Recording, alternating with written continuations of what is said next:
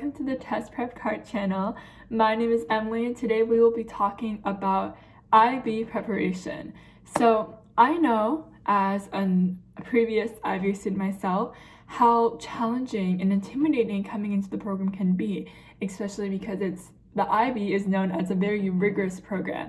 But don't worry, because the IB workload is totally manageable and doable as long as you prep well. So preparation is key. And the first thing you can do to prepare for the IB program is to look at your different subjects and plan out which ones you think are going to be the hardest, which ones you think are going to be the easiest, which subject you might spend the most time on. Knowing this really helps you get a sense of what you're coming into and gives you an idea of what your schedule might look like in the upcoming semester. So think about, which subjects you might find more difficult and you might need to put more time towards, and be ready to dedicate that extra time towards those subjects. You can't get better at something unless you put more time into it. And remember that no IB student is good at every subject. Trust me, no one is. Everyone has their strengths, and it's important to understand what your strengths and weaknesses are and to work on improving them. So being aware of what to expect for next year will make the transition a lot easier. The second thing I can say to do is to start to get to know your new subjects and get an idea of what they're about.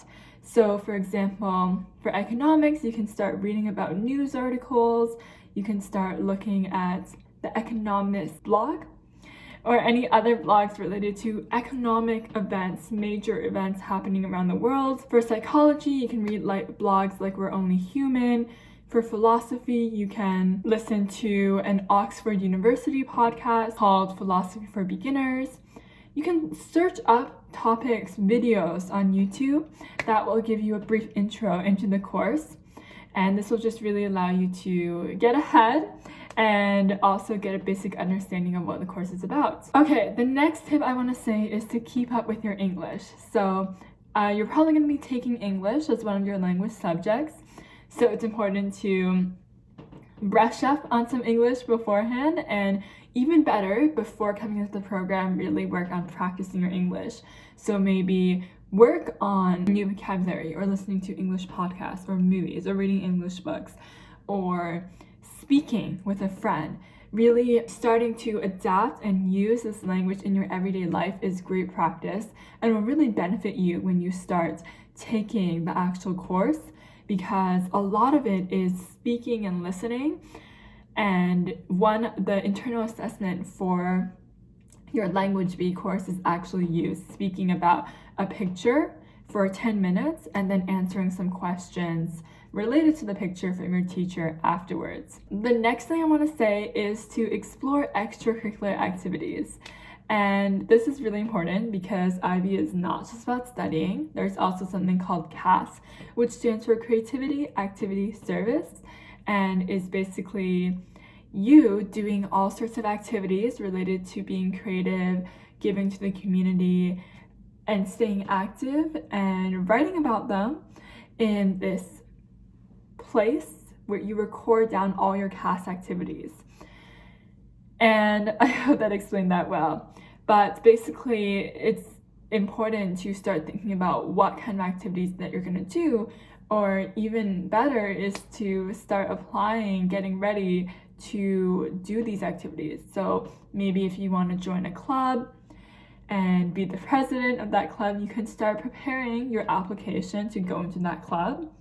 Maybe if you want to do a huge project where you go into your park and you pick up garbage, you can start planning out the logistics, how you're going to do that, who you're going to bring, what the purpose of this will be.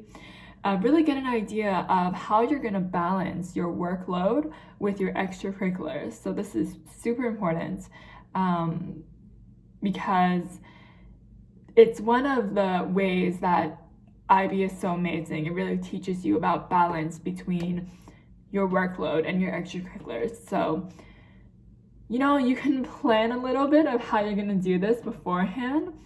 And I would say that just even if you don't know what you're gonna do yet, just maybe think about make a list of 6-7 things that you could do for CAS.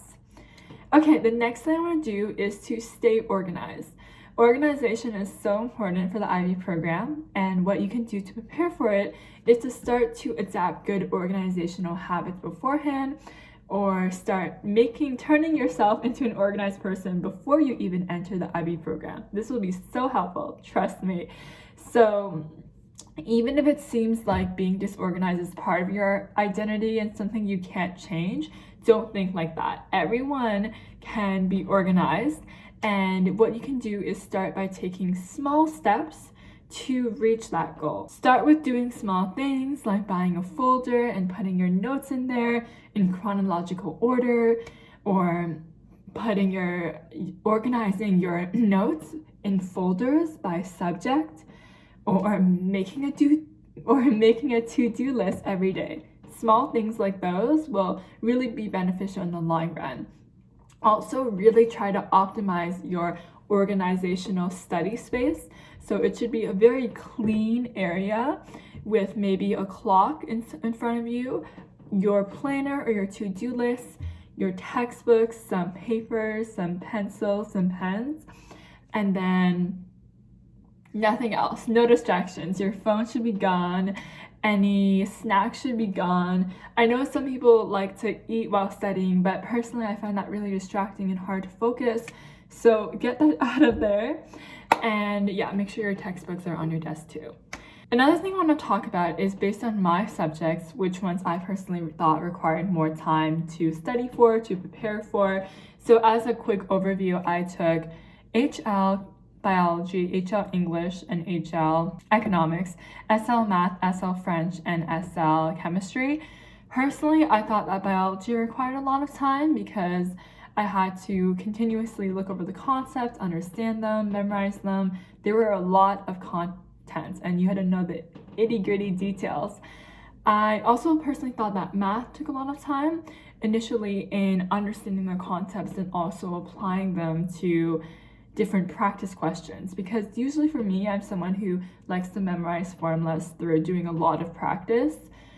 And also I thought economics actually took quite a while because the concepts themselves were all brand new. Like, we had never touched these concepts before in elementary school or middle school. And also there was a lot of preparation that needed to be done for the final exam and the internal assessment. So for the final exam, how I planned to study for it was actually to memorize how to draw all the graphs, memorize some real life examples related to economics, memorize all the concepts, memorize all the definitions. It's just because the economics exam is basically like a case study where you're given a question and you have to answer it, but you also have to draw graphs and talk about implications and like pros and cons, and you have to also know definitions and apply them to the specific case they give you. So it's really not like other exams where you just know the concepts and just answer the questions. It requires a little bit more work. So that's all I have to say. I hope this video helps you guys with your preparations. If you have any questions or you're facing any challenges with your preparations, feel free to reach out to the TestprepKart team. We are here to help you ace your examinations. And don't forget to subscribe to this channel, and to connect with us, check out the link below.